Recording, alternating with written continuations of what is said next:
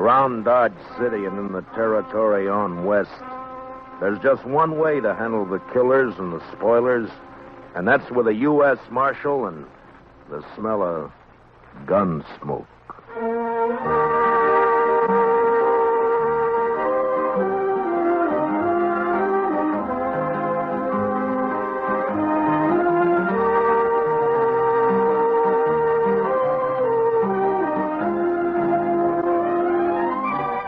Gunsmoke, starring William Conrad. The story of violence that moved west with young America. The story of a man who moved with it. Matt Dillon, United States Marshal.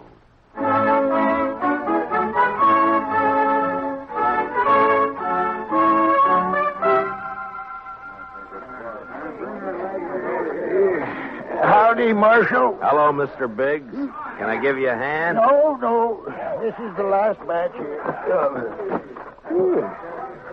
Hey, wait till the flies get to these buffalo hides in the morning and be enough vultures overhead to keep the place in the shade for a week. Yeah. You'll sure have your hands full by tomorrow night. It looks that way. When these boys turn them hides into cash, they'll bite the corks out of every bottle in town. And some of them look mean enough sober. Yeah. Well, you better bed down and get some sleep, Mr. Biggs. Where are your boys? I don't know. Jeff had some trouble with a dry axle up near Pawnee Rock, and Boaz stopped to help him fix it, but they shouldn't be this long behind me. Well, if I see him, I'll tell him where to find you. You can tell Jeff, but Boaz ain't even going to hear you. Why? What's the matter with him? Oh, he's riding higher than an eagle. You know that white buffalo you've been hearing about? The albino? Mm-hmm. Well, it's just Indian talk. Oh, you think so, huh? Well, if it is, Boaz sure shot himself a mighty scared buffalo. White as borax.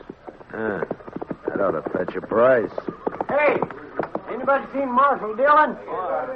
Over here, Chester. You better saddle up, Mr. Dillon. What's the matter, Chester? Indian trouble. 2 men dead and a couple of wagons burned up out there. I found this. A war rattle made out of buffalo toes. Arapaho. Well, they haven't been making any trouble. Well, these did. I was topping a hill when I saw the wagons go up in fire. It was Indians, all right. I saw one ride off. That's funny. I never heard of Arapahoes attacking at night. How far out, Chester? 10 mile, maybe, toward Pawnee Rock. Pawnee Rock?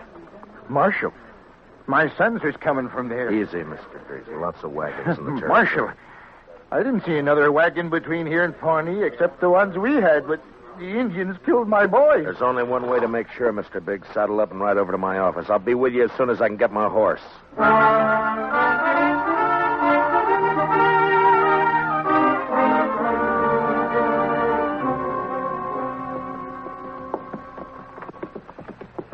I cut back through those button willows over there when I spotted the wagons being fired. We must be close to it, then. Just over there. Right down yonder. See him? Yeah. I see him. We rode up and dismounted. The last glint of hope in Mr. Biggs' eyes died. His boys were there, all right. And it wasn't nice to see. Kill him. I'll get him, please. I'll murder every redskin in the territory. We got to bring your sons in, Mr. Biggs. You know what the morning's going to be like.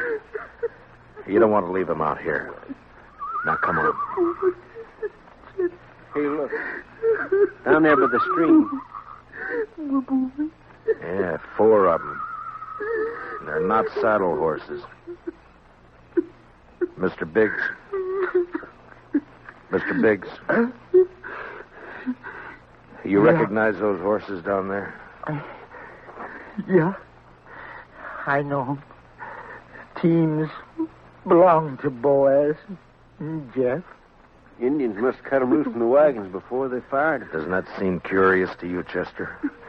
In what way, Mr. Dillon? Why didn't they take the horses with them? Yeah. What are you thinking, Marshal?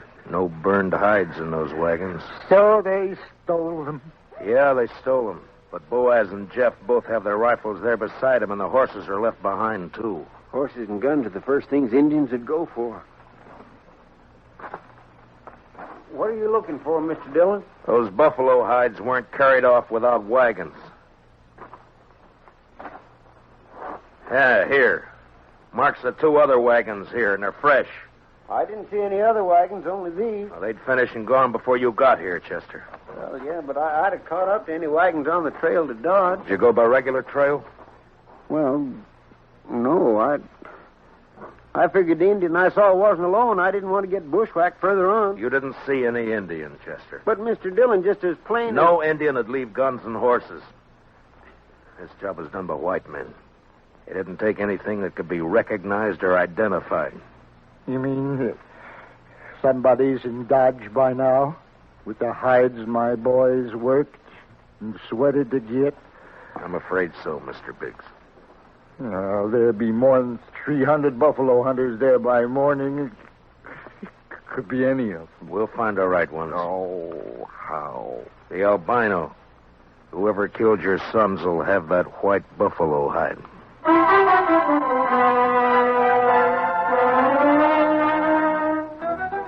It was almost sunup when we got back to town, and more wagons had jammed the main street lining up for the unloading barns.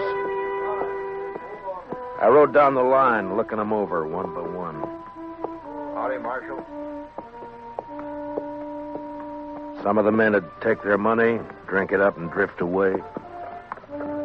Few would stay long enough to be buried on Boot Hill. Then suddenly a wagon driver up ahead pulled out a line. Oh, hey, wait a minute, Jim. Hold it there.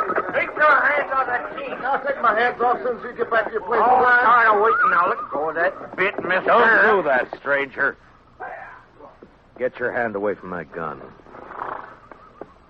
Well, now.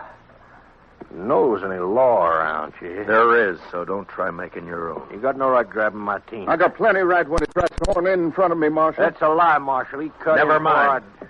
You both want to cool your heads out in jail? Now, what's your name? Tennessee's good enough. A lot of people from Tennessee coming into the territory. Most of them are pretty peaceful. That sounds like you're saying I'm not. You move pretty fast for that gun. Man can lose his temper. You lost yours 4 times, according to the notches you've carved into that gun butt, but don't try for number 5, not here. How about you? What do you call? Charlie Kell. Charlie Kell, huh? They ever call you Chuck? No, Heard of a Chuck Kell a couple of years back, come from Kentucky. not me. Man I heard about was a gunfighter, so he never wore gloves. See, you don't either. It's pretty rough on the hands. Thanks, Marshal. I'll make sure to take better care of him. Yeah, do that. I'll be around a while, Marshal. Maybe we can have another talk. Anytime. They'd need watching. But what I wanted now was a white buffalo hide. Searching the wagons wouldn't do. There wasn't time, and a search had let the killers know that something in the hides they'd stolen could be identified. The time to find out would be when the buyers checked them. I got Biggs and Chester to cover 2 of the unloading barns, and I covered the 3rd one. And then finally daylight came, and the haggling started. You want to sell those hides? Better learn how to handle your skinning knife a little better. They're as good as any. And full of holes they ain't. Give you $4 a hide for the bunch. You gave that last fellow 8. He looked tougher than you. 6. I'll take 6. 4. Take it or leave it. You think you can rob me, mister? Watch your mouth, boy. Here, none of that. Let me go! Easy, son. Go! Let me have that gun just so you won't be tempted. There, that's better. Give me that. Give it back. You can pick it up at my office whenever you're ready to leave town. Yeah, you look like a city boy to me. Where are you from? St. Louis? None of your business. When something's got you beat, son, there's no shame to admitting it and going home. Sometimes that takes a real man. Don't tell me what to do. Why don't you watch your own job? Why don't you leave me alone, Marshal? I ain't got a white buffalo hide. What'd you say, boy? You heard me. What do you know about a white buffalo hide? What everybody else knows. That you're looking for one. Everybody in town knows it. How? Because the old man whose sons were bushwhacked is all liquored up over at the other barn, shooting off his mouth.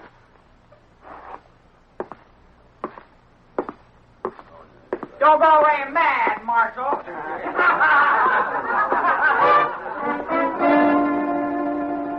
Mr. Biggs wasn't at the barn where I'd left him.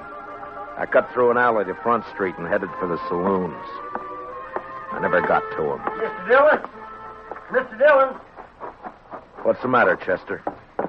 Old man Biggs. Where is he? I'm looking for him. Well, he was over by the barn I was watching, drunk, going through the wagon. Yeah, I know about that. I was trying to get him to go back to his own barn, but all of a sudden, he took off. For where? I don't know, but there was one wagon he was watching in particular. The driver walked away from it with a package of some kind. That white hide? It could have been, I don't know, but Big sure thought so. He lit out after the fellow with blood in his eye. Which way? Down there where the boy's been hitching the empty wagon. Well, let's go. Old boy's drunk enough to make trouble. He's liable to kill somebody. Or get killed.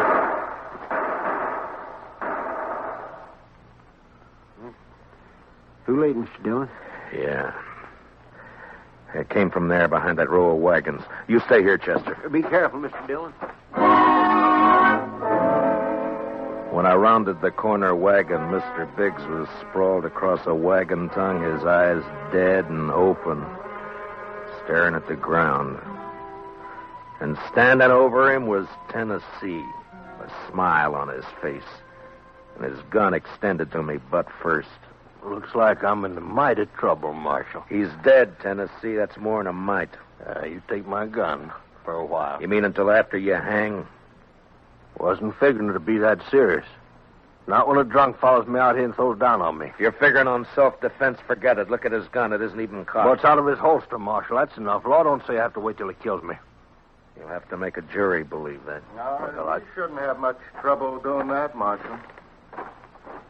What are you doing here, Mr. Kell? Oh, I just happened to follow Tennessee out here. Why?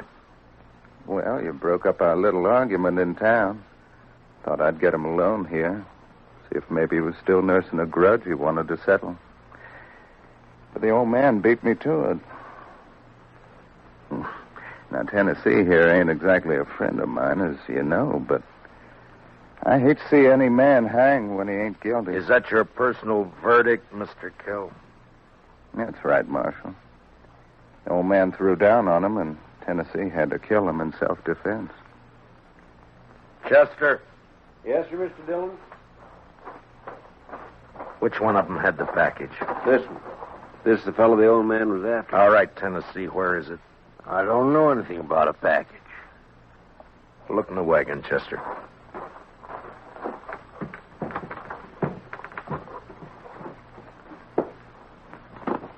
See anything? Nothing here. I reckon you can give my gun back to me now. All right, Tennessee. Here. Thanks. But if you decide to use it again while you're in Dodge or any place else in Kansas, I hope I'm there when you do. Well, now, don't you fret, Marshal. I'm sure you will be.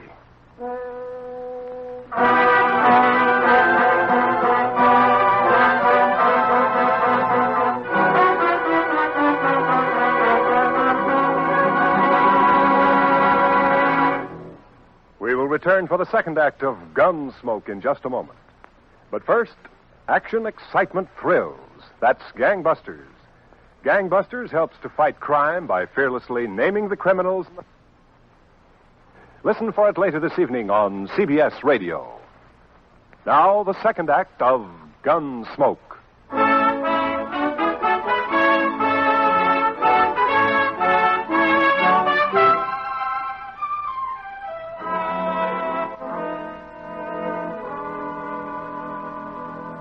Just before sundown, we buried old man Biggs and his two sons up on Boot Hill. By the time the service was over and I rode down, darkness had fallen. and everything was going full blast. The town was roaring. Seemed like a good man, old Biggs. He was, Chester. So were his boys. Yeah, but there are too many men like Tennessee and Cal coming in, Mr. Dillon. They won't last, Chester. They'll keep coming, but they won't last. They'll take a gun and go against a man, but they won't sweat. They won't take root and build. We still going to look for that hide? Yeah. Well, just what do you want me to do, Mr. Dillon? Tennessee and Kell will be in town, but their wagons are back there with the other empties. Ride back and look them over.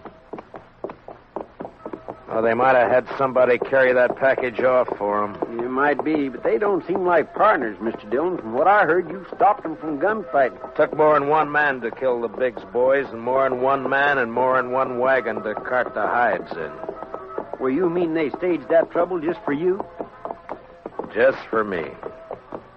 After they heard I was looking for that white hide. Well, why do you figure that, Mr. Dillon? When gunfighters start for their guns, nothing stops them, Chester. They both started, but they both stopped. I reckon you better take a look through those wagons. Yes, sir, Mr. Dillon. Where'll I meet you? I'll be checking the saloons.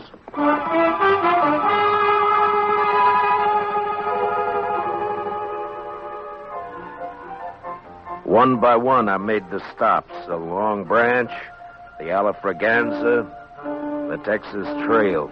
And one by one, they got quieter as I went in. As though each place was holding its breath, waiting for something to happen. The last place was a Mexican hangout. A long, dark walk.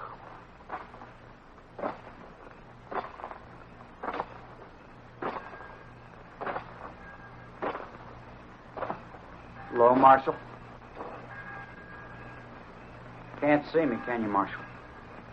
No. No, I can't see you, son. Too bad. Because I got another gun. They sell them around here. And I ain't going back to St. Louis. You'll fire once, son, and if you don't kill me with that, and I'll kill you. I'll gamble on that, Marshal. Marshal!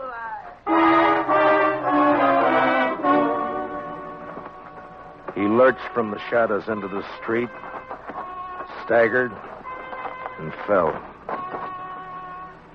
And then he rolled over on his back, and his eyes struggled for a minute like they were trying to remember something.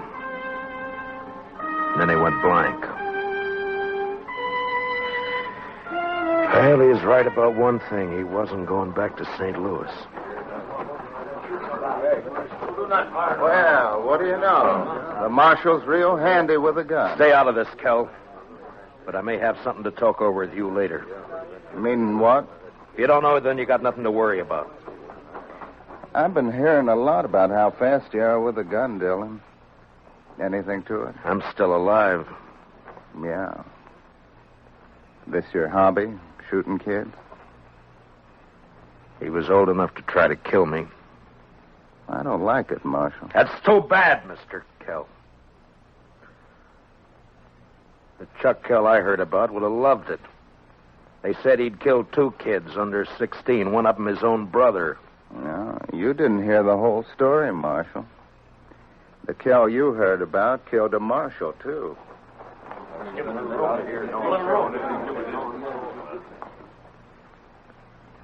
You made the bid, Mr. Kell. And you got a gun. Use it or I'll take it away from you. Come and get it. Anytime. Here it is.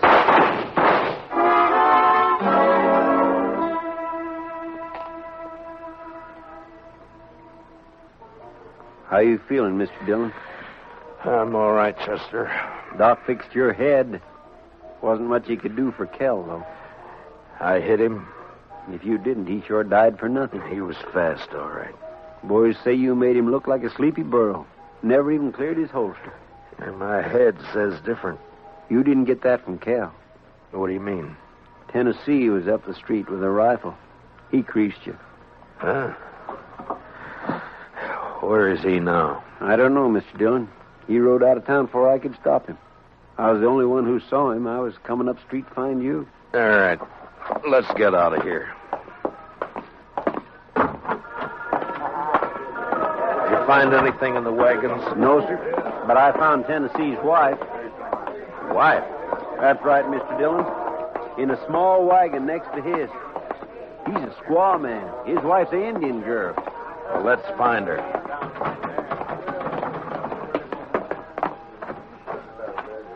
All right, Chester. Which way? Edge of town, Mr. Dillon. Well, let's go.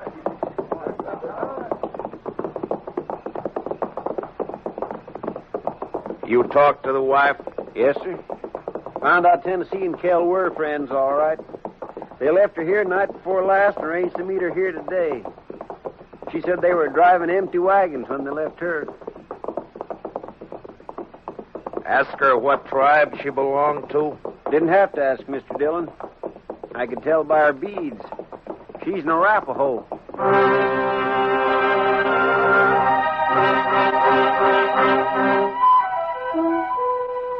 She was there, all right.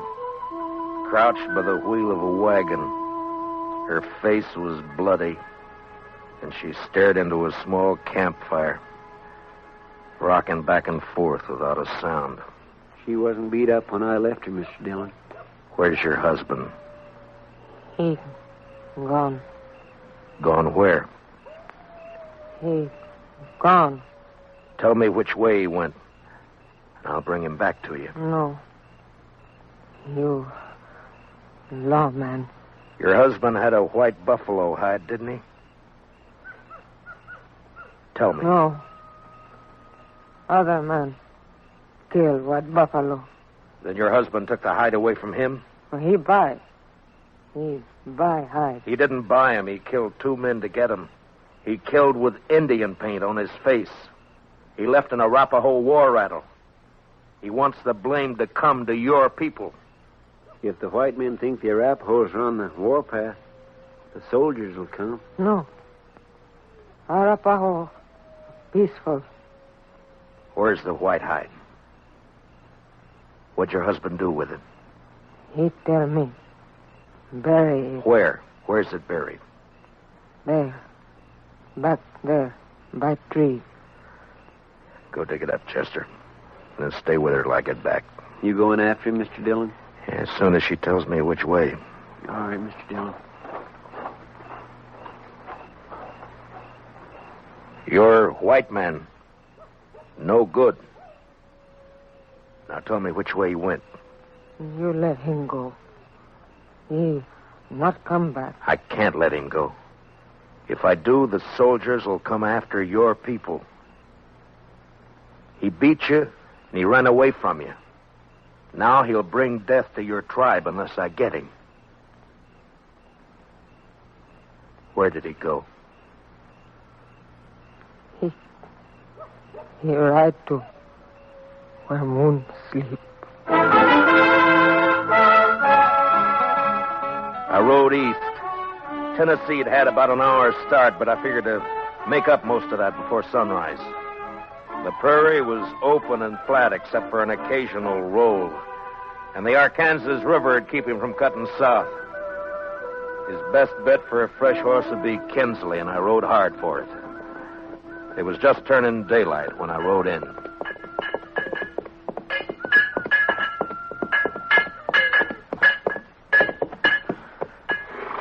Well, howdy, Marshal. Morning. Good morning. Got a place I can water my horse? Trough right there. Just let him loose. He'll find it. Thank you. Looks like you come a long way. Dodge. Another fella here just a few minutes ago been riding hard, too. He come from up Pawnee way, though. Tall, dark, riding a vinegar roan? Yeah, that's right. You get a fresh horse here? I had to send my boy out the corral to get one for him. He'll be back soon. You mean he's still here in town? Yeah. Asked about breakfast, so I sent him over to the Widow Hilliard's place. Right over there, across the road. Thank you. I'll be back. Say, you after that fella, Marshal?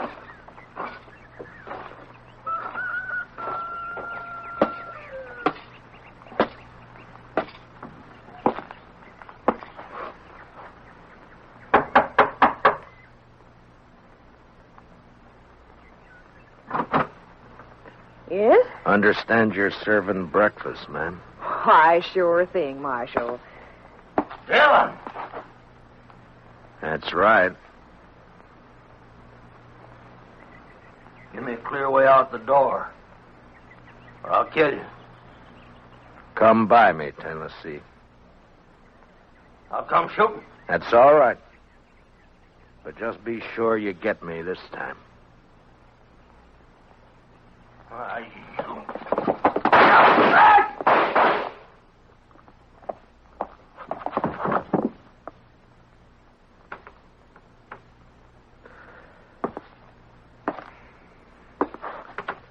You hurt, ma'am? No, I'm all right, Marshal. He looks kind of dead. Yeah. Bad one, hmm? Yes'm. Gunfighter. Thief. Killer. What's your name, Marshal? Dillon, ma'am. Matt Dillon. I'm sorry about Marshal. When my husband brought me out here 15 years ago, Indians burned this place down 3 times. I'm used to killing. You want to carry him out? I'll go fix you that breakfast.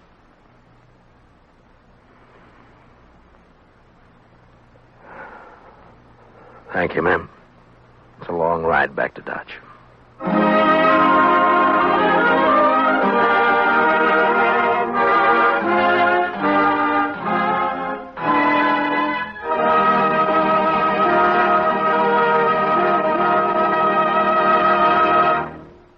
Gunsmoke, transcribed under the direction of Norman Macdonald, stars William Conrad as Matt Dillon, U.S. Marshal. Tonight's story was specially written for Gunsmoke by Joel Murcott, with music composed and conducted by Rex Corey. Featured in tonight's cast were Stan Waxman, John Daner, and Larry Dobkin, with Sam Edwards, Lillian Baeff, Tom Holland, and Mary Lansing. Parley Bayer is Chester. Join us again next week as Matt Dillon, U.S. Marshal, fights to bring law and order out of the wild violence of the West in Gunsmoke.